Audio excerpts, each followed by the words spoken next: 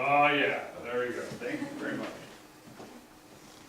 You saved Christmas. Well, good morning. It's great to see you and great to be here. Thank you for being here this morning, and I commend you for choosing to study music education, participating in your local NAfME chapters, and dedicating a precious weekend to valuable professional development.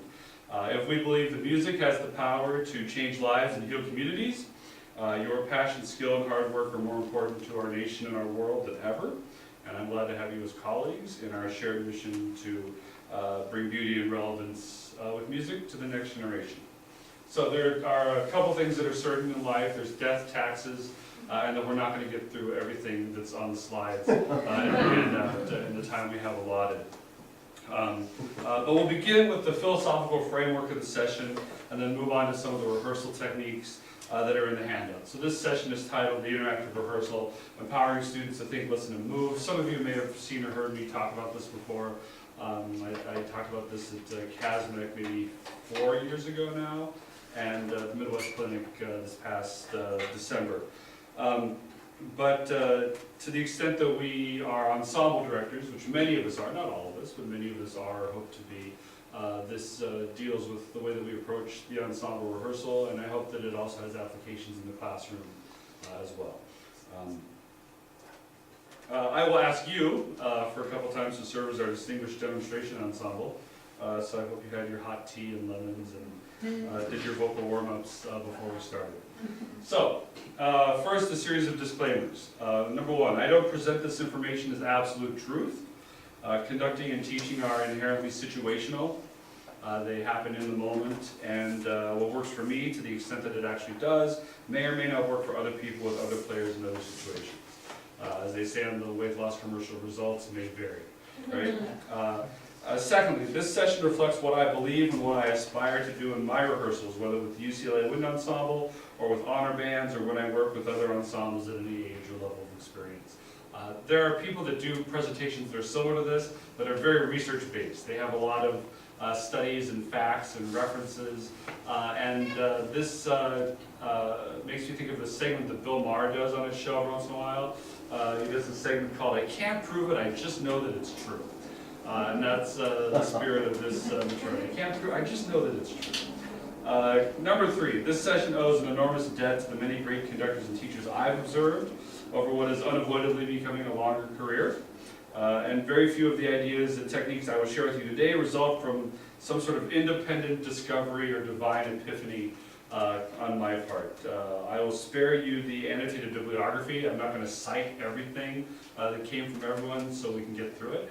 But most ideas are not mine originally, and if there is one, I'll probably tell you. And then number four, the session concerns an approach to rehearsal and specific rehearsal techniques. But I want to acknowledge and indeed to emphasize that this is just one of our many roles as a conductor. What we do in rehearsal is just part of our job.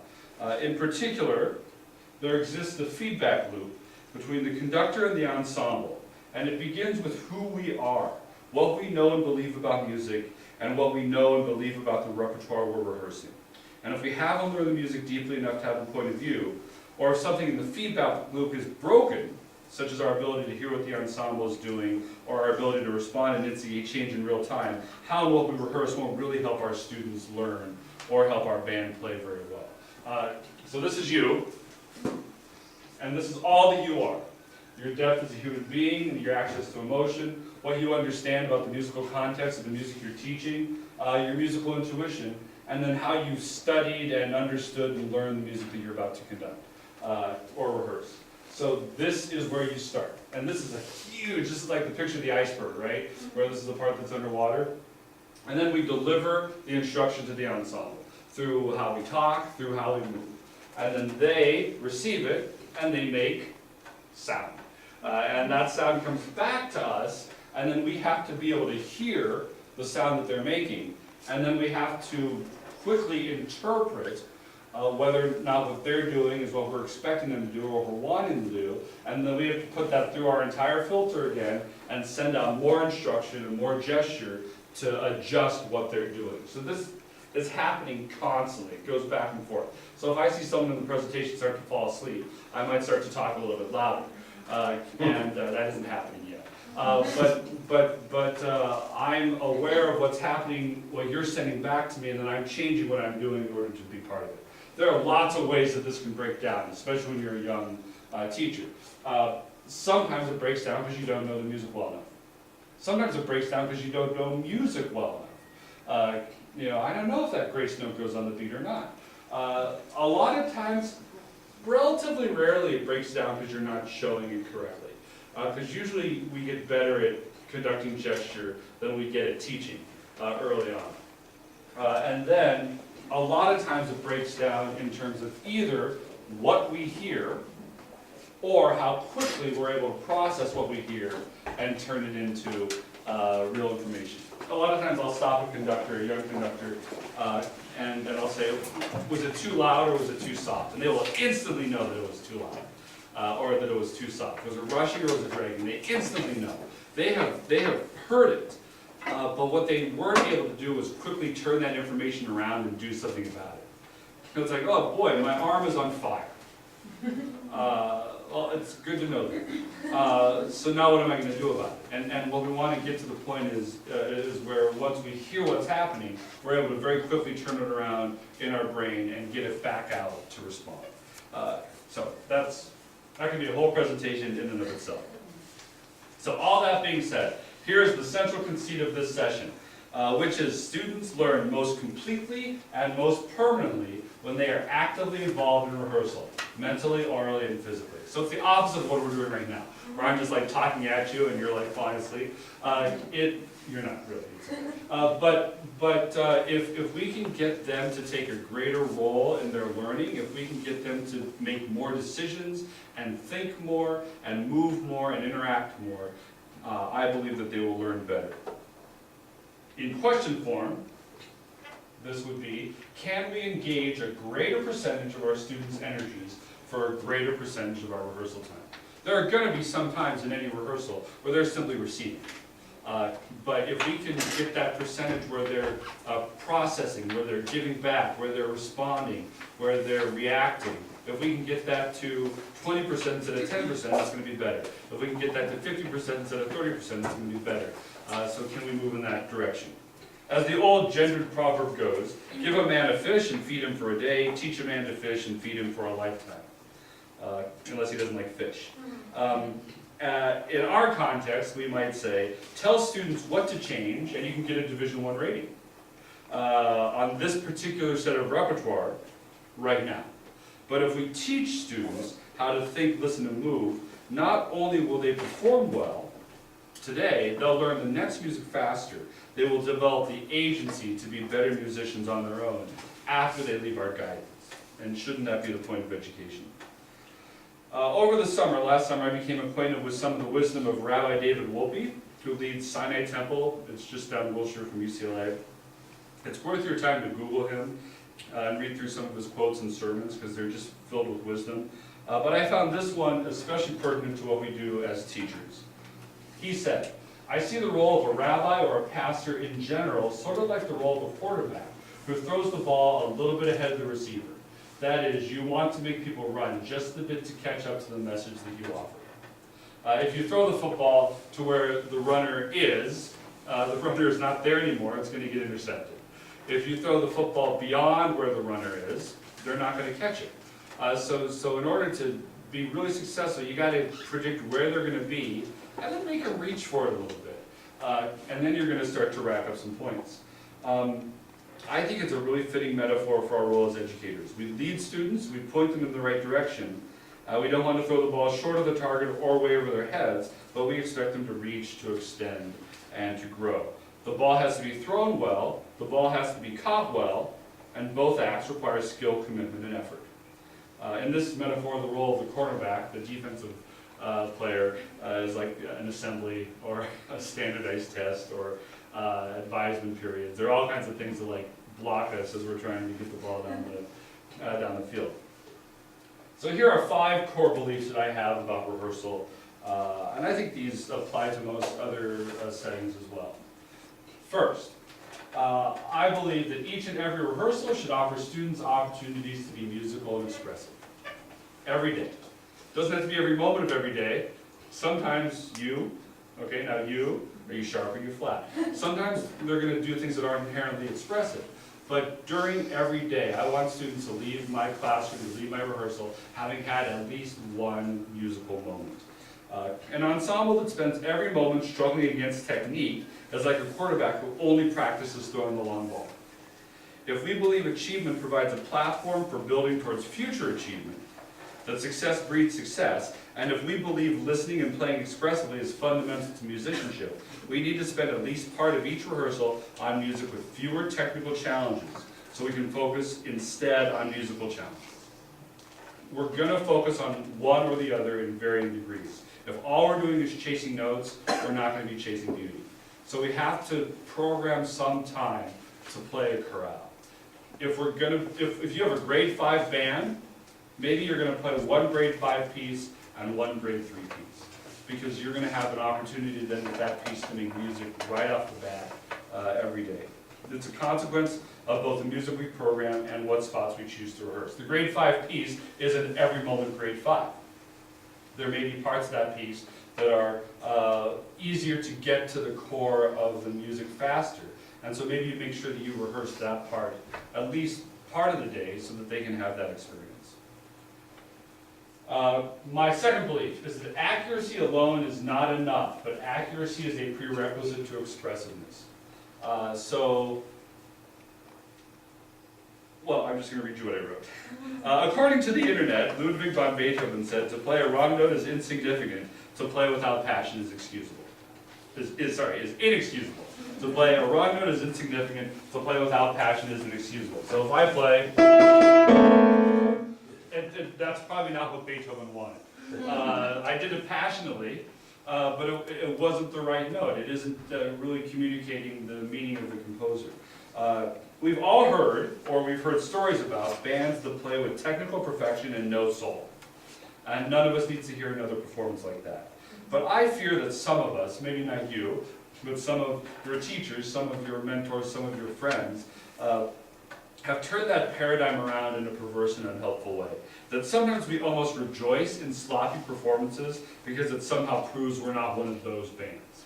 It's like we're almost happy that we played out of tune because, well, we're not one of those groups that only works on intonation. I don't think it has to be perfect in order to be beautiful or meaningful. But I don't think it hurts. And furthermore, I believe that if we teach students to use their ears to pursue accuracy, those same ears become more capable of pursuing sensitivity and expressiveness. Whenever I conduct honor bands and someone plays an obvious and distracting wrong note, I stop and ask students if any of their teachers ever told them, if you make a mistake, make it big. Anyone heard that one before? Said that one before? Right? If you make a mistake, make it big. And I get it. We want our students to play assertively and take chances. But we don't want them to make mistakes. I tell them instead, if you make a mistake, make it once. And then diagnose what caused the mistake, figure out a solution, mark your music in a way that helps you avoid making the same mistake again. I also tell them if you make a mistake, don't make it in my piece. Third core belief. I believe students perform better when they understand their shifting melodic, harmonic, and rhythmic roles within the ensemble and which other players have the same or complementary roles. This is how we teach them to fish. And this is what makes the fishing so challenging and engaging. This isn't 1970s marching band, where all we have to do is listen to the drum line, and the drum line is always playing, and the drum line is almost always in the same place, 50-yard line backdash. Not only do students need to listen, they need to listen dynamically, with agility, because sometimes the motor is in the percussion section, but sometimes the motor is in the second and third clarinets. Sometimes the motor is in the horns and the trombones. Sometimes it's in the second flute, tenor sax, third trumpet, euphonium, harp, and wind chimes. And because it changes, they have to be aware that it will change and go in search of it. It was John Whipple, who was the director of bands at Michigan State at the end of his career, from whom I first heard the metaphor of antennae. And I believe he learned it from Elizabeth Green, the famous conducting teacher at the University of Michigan. As ensemble musicians, our antennae are our ears. We use our sense of hearing to play together. We don't use our sense of touch. We don't use our sense of taste, you know. Sure. We use our ears. With young players, which way are the antennae pointed? They're pointed right at themselves. Like they have the right hand on top, am I pressing the right buttons? People like me. They're all like self-centered.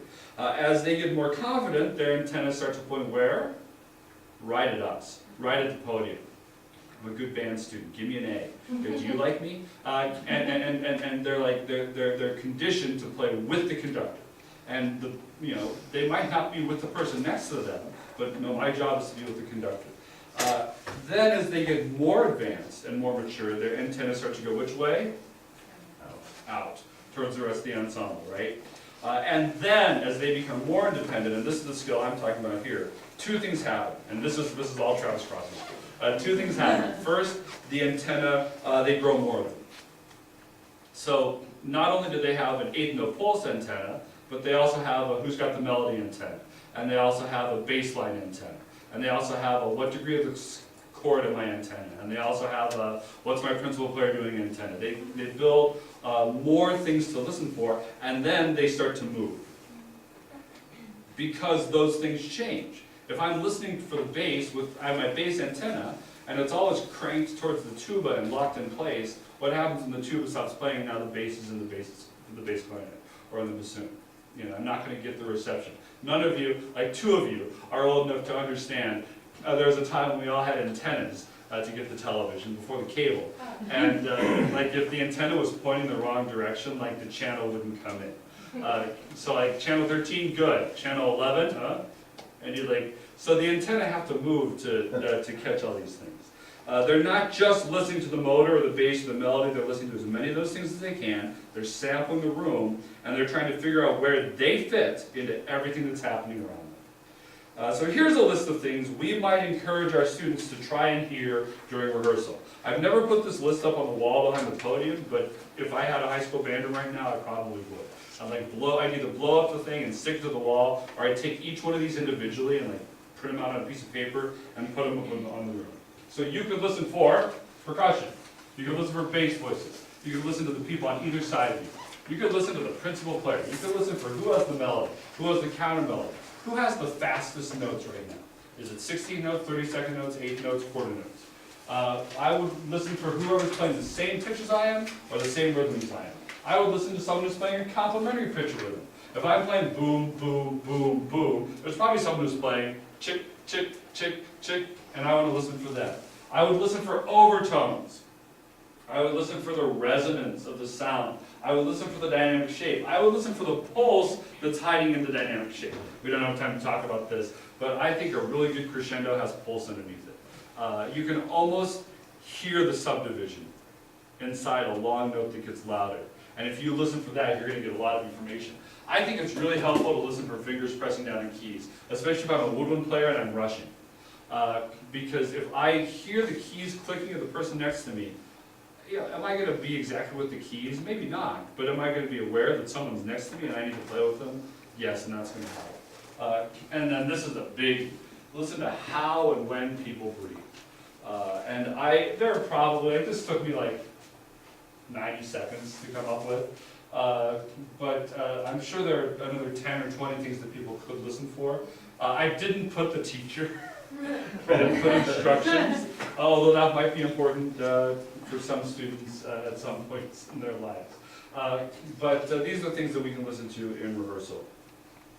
Fourth belief, what we say and how we conduct either empowers students to think, listen, and move, or discourages them from becoming invested in the rehearsal process. You're either getting better or you're getting worse, right? And we are either teaching our students to rely on us for all the answers, or we are teaching our students to search for answers themselves. We either teach them to be more dependent on us or more dependent on each other and independent. We either use gestures that reinforce what we say, or we use gestures that contradict what we say, and thus teach our students that they can either watch or listen, but both. Who's ever seen this? Okay, faster, faster, Go faster, right? I'm saying faster, but because I'm using bigger muscles, I actually look slower. I look heavier, and that makes it harder for a player to go faster. So if I'm a musician and I'm sitting there playing, I have one of two choices. I can either do what I'm saying, or I can do what I'm showing. And the only way to do what I'm saying is to ignore what I'm showing. And if we teach them to ignore us, then it's like crying wolf. Then the time that we actually need to show them information, they're not conditioned to be able to respond to that. In short, we either make things better or make things worse. We teach our students to be either more active or more passive participants in their own learning and music making. And finally, my fifth core belief is the movement provides students a powerful means to communicate with each other, to reinforce musical gestures, and to release physical tension. This is the move part of the title of the session. I'm a big believer in movement, and we're going to talk about that for the next 5 or 10 minutes. So here's an example of a musical ensemble that moves a lot. It's fantastic. It's awesome. I love it. This is not what I'm talking about.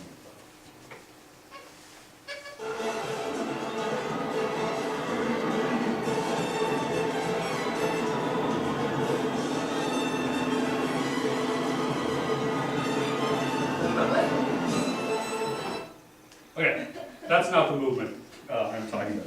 Here's another example of musical movement, really good musical movement actually, but again, not our end goal.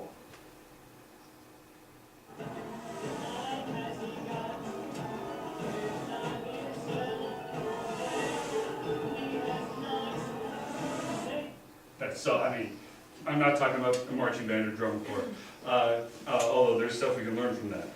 Usually I play a video of a Japanese middle school band, like playing a grade 6 piece with amazing technical fluency and musicality. Often I point out that they're using music, so it's obviously the remedial division. But I love, thank you, so good. I love watching those groups. I'm amazed at what they do, and someday when I'm smart enough to take a sabbatical, I want to go there and observe their rehearsals and see how they teach that. Because to the uninformed eye, just watching, it looks sometimes choreographed. Like it isn't really spontaneous or natural, but it's like everybody do this together. You know, every clarinet player moves exactly the same way at the same time. So here's, and again, I think that might be a step on the way. If I were teaching an ensemble to really move expressively, and they're just like, you know, I might say, and I'll demonstrate this later, I might say, okay, let's all move this way. Let's all move this way. I might have to kind of choreograph a little bit to get them comfortable with the idea, but my ultimate goal is for them to not be moving the same, but to be moving in a way that makes sense for them. So, instead of showing you a Japanese middle school band, I'm going to show you an American middle school band, and we can see how they move.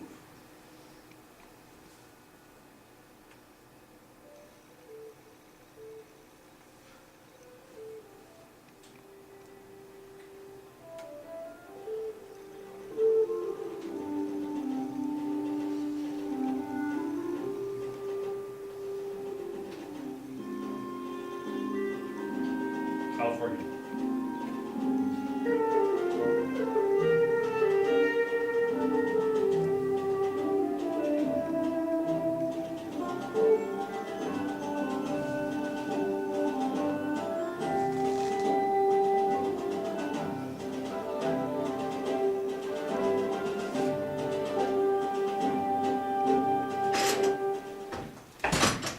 Okay, well, so they're moving, right? But they're soloists, and soloists have license to move a lot. They can get away with that. I'm sure when they play as an entire section, they don't move nearly as much.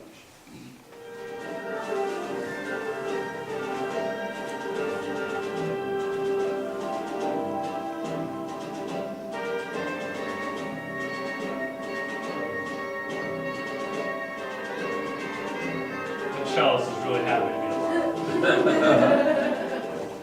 Okay, so fine, they're moving, but they're woodwind players, and moving is part of their culture.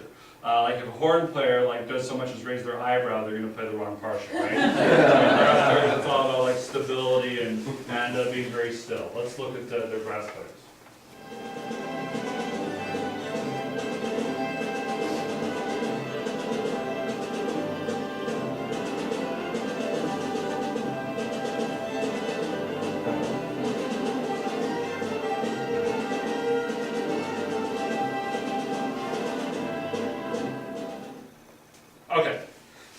entire orchestra moves when they play. And they move a lot. So can you imagine how much the conductor must be flailing around to get them to do that?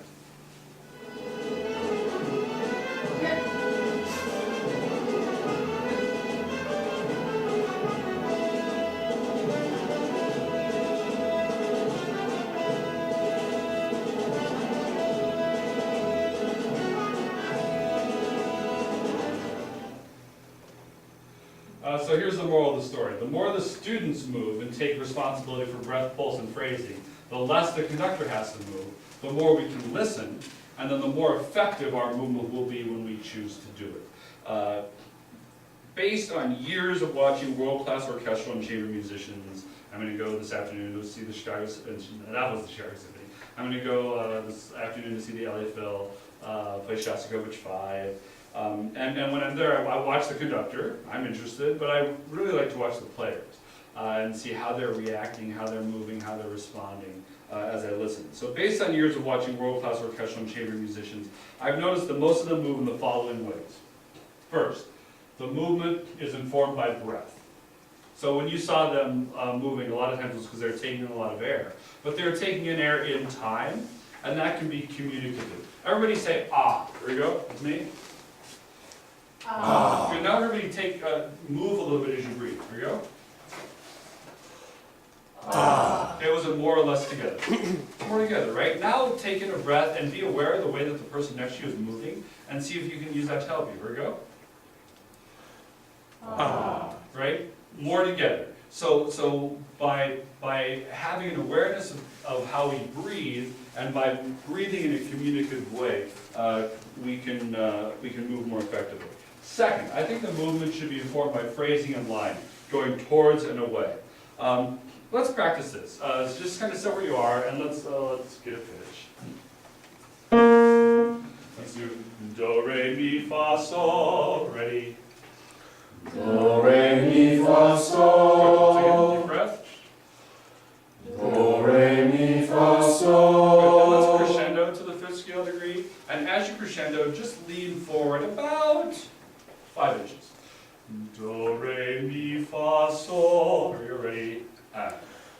Do, re, mi, fa, sol. In fact, let's do this. Let's think do, re, mi, fa, sol, and then put the crescendo between 4 and 5 and move there. Here we go. Ready? Do, re, mi, fa, sol. So if I said just crescendo from the 4th to 5th note, you might do it a little bit, but if you move as you do it, you're going to be more committed to it. Let's do this. I got to think backwards. Do, re, mi, fa, sol, sol, fa, mi, re, do. Very good.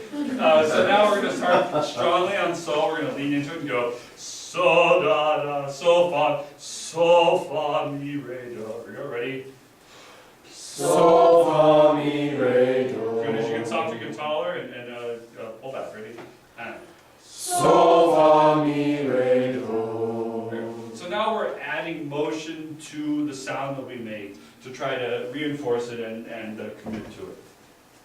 I think that movement should be communicative, and that's what I was talking about before. We breathe to stay alive, we breathe to get enough air to make a good sound on our instruments, but can we also breathe in a way that helps us play together with people around us? This is something I've started saying in the last year or so.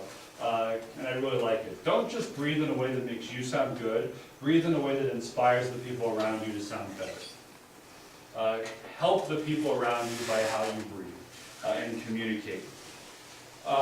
Next, I think the movement by students should be fluid.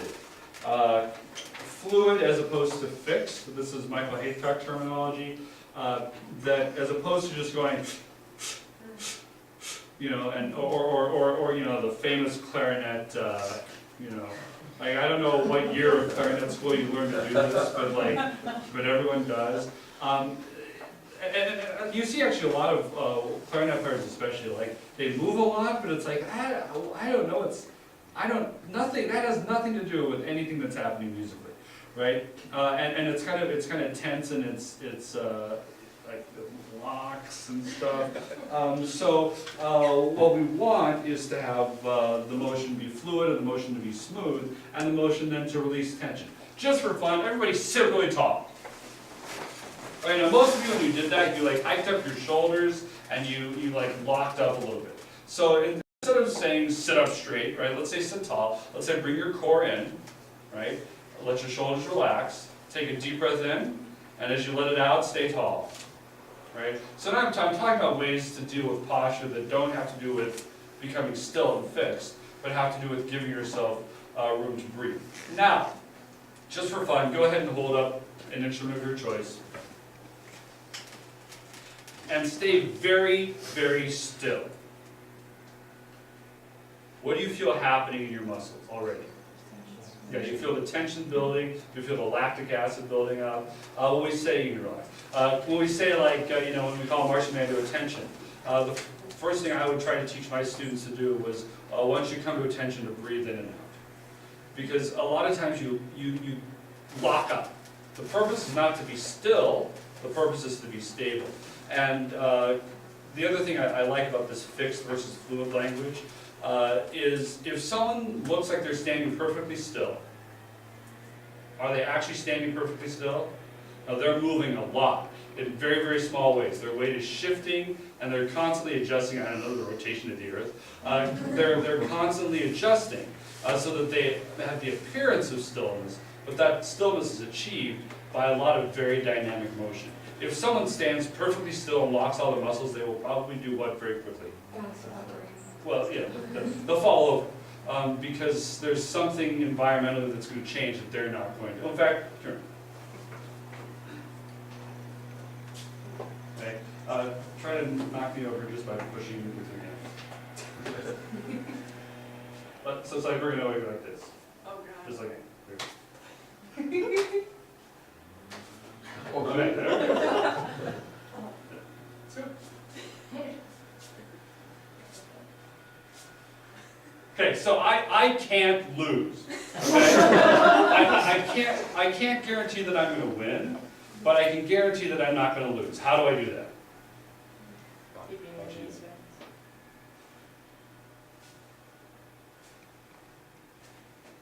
What do I do the moment she puts pressure on me? You bounce a little. I just like relax and let it go. So here's how I'm going to lose. Go ahead.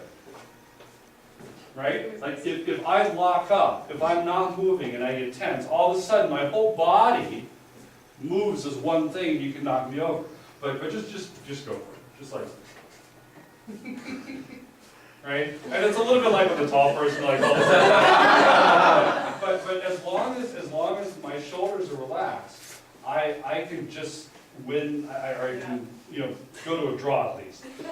So thank you very much. Good job. Applause for student and that's the kind of flexibility and fluidity that I want in my motion. I don't want to be like, I want to be like, And I think if you're holding up an instrument, sometimes these are unnatural physical positions. That we put our bodies in. So if you stay still as you do it, you're just going to build up tension. Just the mere act of taking a breath at the beginning of the phrase is going to give your muscles a chance to move a little bit of that lactic acid clear, and you're going to be able to be more effective and have a longer career. And then finally, I think movement by students should be personal. We may need to start with some choreography, as I was talking about. We may need to tell the students to lean forward into the suspension. We may need to tell them to lift their torsos to a sustained note. I say that all the time. On last notes, I tell them to get taller on the last note. I tell them to get taller on the diminuendo. Because that's it. La, everybody ready? La. Let's take another breath. La. Good, now it's diminuendo. Ready? La. Good. What happened to the tone as you got softer? Yeah, I kind of got a little hollow. So now as you diminuendo, think about lifting up. Think about getting taller as you get softer. Ready? There you go. There you go. Think about as you get softer, getting taller, and keeping the air moving forward. There you go. Ready?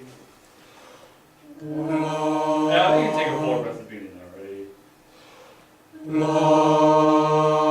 Stretch, stretch, stay engaged, stay engaged. There you go. So I may have to choreograph that. Last note, everybody sit up a little bit Then they'll build that skill, they'll figure out how they need to give their body room to breathe in order to make that note effective, and they'll do it on their own. And some people may need to do it more than others. There are actually people that can make a good sound like this. There aren't very many of them, but there are some, and if they can, I'm not going to begrudge them that if it sounds good. Then we may need to ask them to make eye contact with and move towards this or this other player. One of my favorite things to do is like when you got the principal trumpet and principal trombone next to each other, and they're going to play a line, the crescendos together. You even saw that with the CSO folks. They'll like kind of lean towards each other as a way of communicating how the crescendo is going to work. I love to teach students to do that. So our goal is for them to get comfortable enough moving while they play to develop fluency. So they make those decisions on their own. Two players on the same part can move in totally different ways as long as whatever they do individually helps them play musically. So the goal is not to look expressive, the goal is to be expressive through the sounds that we create. James, are we going until 10? Yes. Awesome. Okay, so I have 10 rehearsal techniques on the sheet here. We're not going to get through nearly all of them, but you can take it home and have some free reading when you're stuck on the 405. And I'll try to talk about just a couple of these and at least get a start. So first, here we go. So one more video. What do the very best conductors do regardless of whether they stand in front of beginners or professionals? I think what they do is that they set a high standard.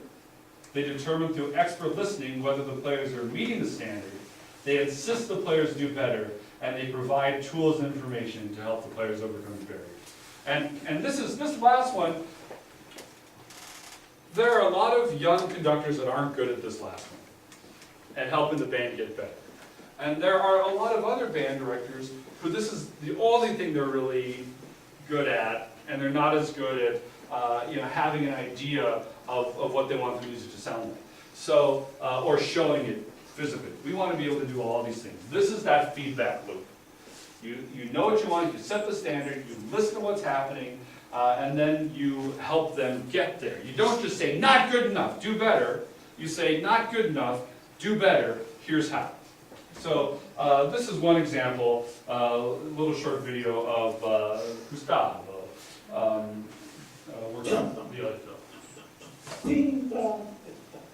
Okay? Exactly. No, clean. This, together. Here we are. One, but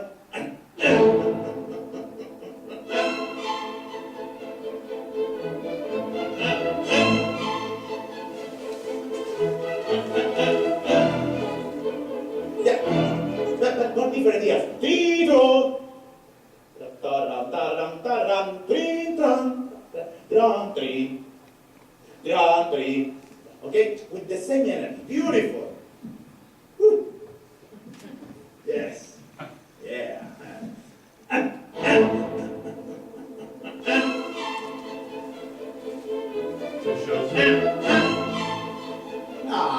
Please, no. Three. Why the up is less articulate? Three, two. Very specific. Upbeat is articulate as a down. Okay? One more time. Pencils. One.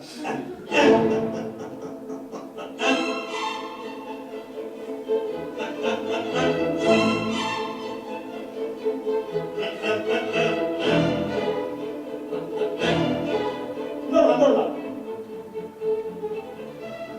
But normal clear. I love that. Normal, but normal together.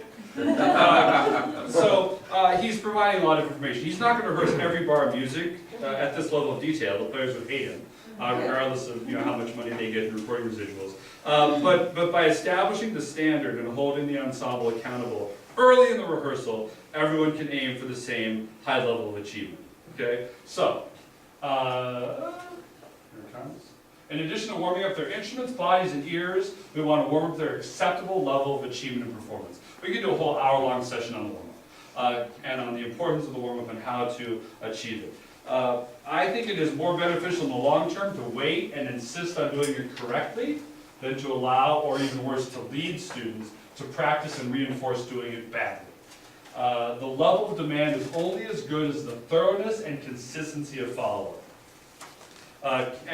While during the warm-up, I think it's good to direct students towards different instruments and timbres to develop agile listening. Encourage them to think and listen beyond themselves. Sometimes we'll play a tuning note together, and I'll say, everybody, this time let's listen for the horns. Everybody, this time let's listen for the tubas. Everybody, this time let's listen for the second clarinet. Are they all going to hear the second clarinet? Not necessarily, but are their antennae going to perk up in a different way? Are they going to listen differently than if you hadn't asked them to do that? Absolutely, and the sound of the group will change. Once again, here's an example of those listening targets. And let me just show you what I'm talking about. So here's a concert out. Let's sing it all on ah. So we've just come into rehearsal. You've played around a little bit for yourself, and we're going to all come together. There we go. Everybody sit tall. Take a deep breath and sing that note beautifully. Then we're going to go down a half step, then we're going to go back up, then we're going to go down a whole step, then back up. Here we go. Ready? Good. Was it together? Can we do it together? What do we need to do it together? Breathe together. Absolutely. Here we go. Good. Was it better? Was it together? Once again. Taka, taka, T. Good. Good. Let's no, go down F, down to E natural. Ready?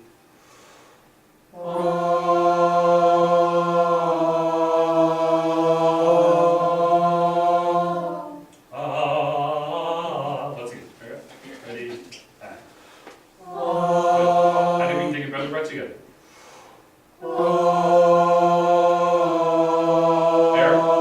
Keep it moving. Keep it moving. Good. Is that sharp or flat? Flat. So keep that note lifted as you go down. Once again, crunch it up.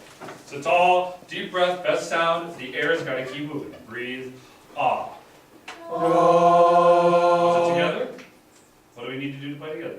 Breathe together. Better. Keep the air moving. Stay supportive. Keep it going. Keep the air moving.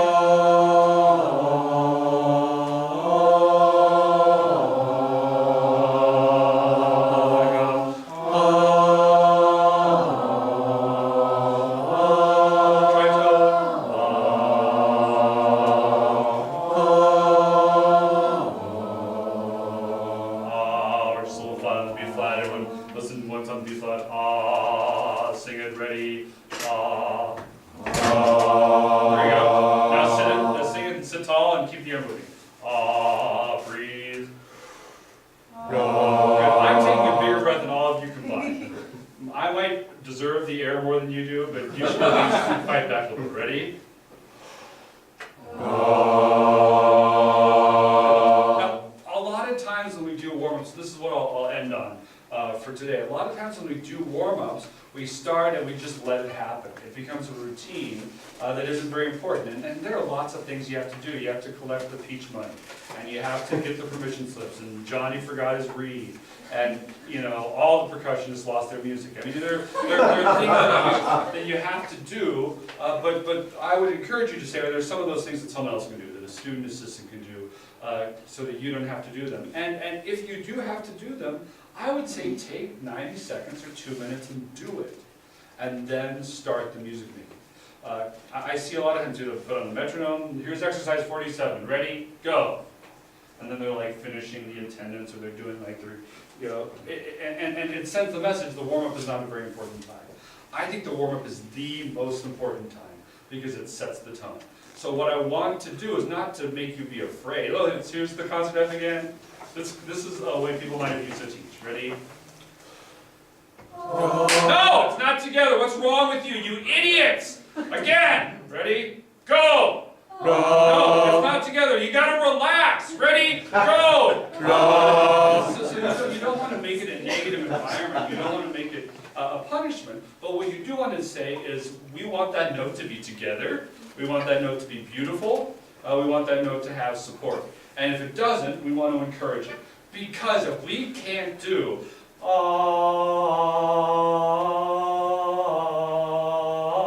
we're probably not going to be able to go, right? If we can't do the easy things well, how can we expect to do the difficult things well? I think that starting the rehearsal where we I tell people this a lot. When you're walking down the hallway, you probably only have to be at like B- level. Like, 81%. As long as you don't bump into someone, or drop your books, or create some horrible social faux pas.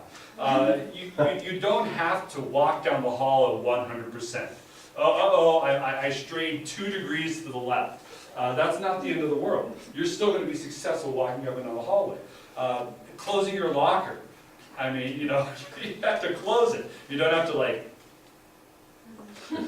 without making a sound or something.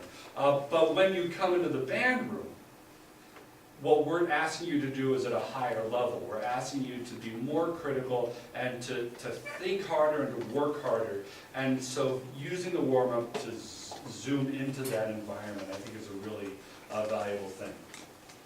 Just since we're out of time, let me just run through this real quick. I think asking questions is great. I ask questions all the time. I prefer not to tell them, but to give them a chance to answer for themselves, to think about it. I may have to tell them the answer in 3 seconds or 5 seconds, but at least for 3 to 5 seconds, the gray matter is working. They're starting to think about it. I think the first note prepares all the notes that follow, breath prepares the first note, and listening and feeling the music in time prepares the breath. There's a lot of descriptive language I have in here that I like to talk about. I believe in buzzing, I believe in singing. I believe in singing with good articulation. When I sing to the group, I try never to sing like da da da da da da da da da da da da da da. I prefer to sing ti-ya ta ta ta ti-ya ti-ya, to sing the actual articulation that they do when they play. I think of long notes as short notes tied together. I think of moving air through the long notes. Rhythmic pulse. I wish I could talk to you for an hour about rhythmic pulse. I think it's more important to play together than to play with the conductor. Although that's nice too. But the listening is almost always more important than watching. There are very few times in rehearsal that I stop and say, watch me. Maybe certain transitions, but if I could have a band of people who are all blind, or a band of people who are all deaf, I would take the blind ones in an instant. Because if they can hear each other, they can react to each other and respond. I believe in defining which roles belong to the conductor, which roles belong to the ensemble, which roles are shared. There's actually a chart in your packet here, and this is a totally random group of things on the chart. It is not the Virginia Band and Orchestra Directors Association large group ensemble assessment about, which that's exactly what it is. But if you look at all these things that people say we have to do with our ensembles, characteristic sound, whose job is that? The conductors or the ensembles? It's the ensembles. We can do some stuff to mess it up, but it's the ensemble's job. And as you go, I would take at some point, maybe right before contest, take 3 minutes to go through this list with the group and have everybody vote. Do it on the board or something. And you'll find that some of them are shared. Tempo, that's both of us. But once we start the tempo, it's not, have you ever tried to change the tempo? I mean, once it's going, that's the ensemble's responsibility. Their being aware of those responsibilities really helps. I think that every moment of rehearsal should build and reinforce musical listening and find new ways to listen, which may include different ensemble setups. What a segue to your next session. And then finally, I think it's important to make connections between conducting gestures and playing, especially articulation and line. I'm just going to read through this one. Sensitize students to nonverbal communication by using redundant gestures along with verbal explanations. In other words, be Italian, like me. So here's an example of how I might do that. Trumpets, can you really keep the air moving? And when you come to that staccato note, can it be really, really short and crisp? And can you connect those two notes together? So everything that I say, I'm reinforcing with some sort of physical gesture. So the students can maybe watch and they can think about it. I mean, I'm like that really bad fraudulent sign language translator. But if they start to make a connection between how I move and what I say, then maybe when I'm conducting and they see me go like this, they'll make a connection there as well. So I hope that some of these things will be helpful. I hope there's some stuff in the handout that you can look at and read, and I'm happy to talk to you and argue with you more about these beliefs. And I look forward to the connection that this will have into your next session. So thanks for being here, everybody. Great job.